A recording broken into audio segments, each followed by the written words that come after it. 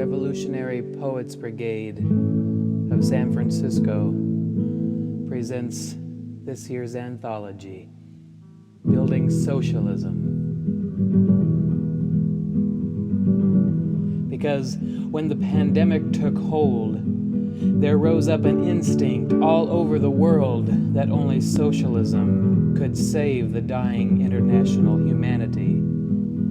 This year's anthology presents poetry and graphics relating to overthrowing capitalism, building socialism, the coronavirus siege, George Floyd, and the unstoppable momentum of a fierce new class of people toward a new system of governance with real and genuine equality and necessities provided to each and to all.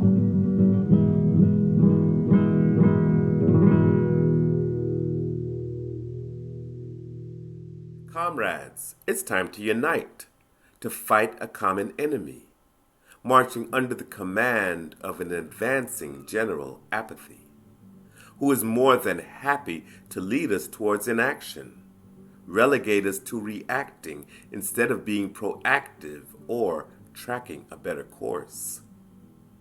So much easier to resign from life when we're already so tired and only desire to be safe and secure.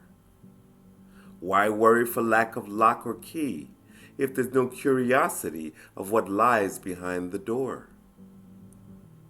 But how can we achieve any unity, fight the power, or feed the poor when we don't even seem to care that we don't care anymore? We rush to fill our shelves with bread and cheese, fill our bowls with food and seeds, and attack the shops filled with fear and despair. Corona had ordered us to empty the streets, to stop our jobs and build the fear of death, like a sun ray did not differentiate between black and white, poor and rich, powerful and powerless. What hurts is the demands of ego, impotence, the inability to act, seeing it all turn to shit, loneliness, outright arrogance, barefaced mendacity, the abject poverty of the majority, the flowering of corruption beyond endurance, coding in whiteface, data colonialism wrecking people's lives, algorithms of oppression, like blood diamonds from ancient soil, hurts. But those murmurs in the gales, gusting all around us, sing of something just beyond the storm. Rainbow weather's rolling in. I can smell it. I swear it. Rainbow weather's rolling in like dawn. Mother of wind and water and all life blows viruses and microbes, tinier than even I imagined, into these same tents I now destroy. I blow and scream, ruled by my mother. I cannot stop my wind and water. I swallow up roofs and bridges. I drink villages and spit them out. And when it's over, I am still Amphan. I am sky. My clouds gather, and I pray for the world beneath me.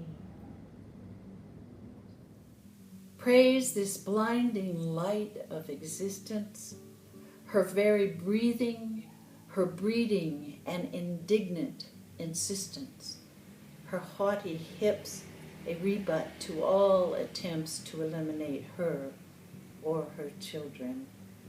Praise these women who rise like the sun, flauntingly returning its radiance, indomitable flashes of the spirit. Gaze upon them, these women who carry our loads and all enduring things. I dreamt the new city did descend from the sand-strewn sky, shimmering in the grains it created as it crashed at the bedrock layer. The towers shook, the curtain rippled, the statues shook and toppled, the flags of traitors to the free burned up in its percussive blow. I dreamed of the real Lady Liberty. And when the sky returned to itself again, so did we. No one was above the other anymore, only the mountains above the sea.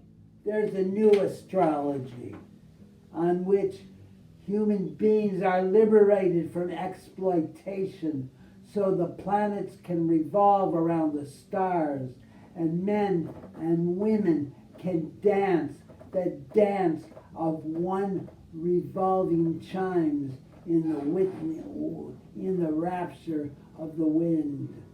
Freed from the scourge of violence, empires will crumble when their walls evaporate from the transparency of their lies. Now there's only a dusty book with a broken spine and yellow shred pages. The doctors, nurses, caregivers, the scientists in the laboratories, the firefighters, paramedics, security guards, garbage men, street sweepers, the cleaning women in the offices, stores, workshops, the truck drivers on the road, the railroad workers in the stations, the high-speed rail, the delivery people, the stockers, the supermarket cashiers, the bakers, bakeries, shopkeepers in the markets, the workers on their construction sites and in their factories, the farmers in their fields, the electricians, postal workers, teachers, professors, writers, artists, and singers. We cannot do without them. Yes, those who govern us are right to be worried, and their worry is a good reason for us to hope. The future's full of beautiful young women and young men, all of them very aware of what's really going on in life. Nothing's going to stop them from realizing their dream of a world of loving kindness. They're not afraid, and they welcome you, who might be, into their fearlessness. They have much to teach about what you already know and have swept under your rugs and now are being swept out into the air of your second youth. So all together, we're going to create a kind of society that's ruled by kindness at the heart of the love, knowing that it can be done and will be done by the young and the old together at last.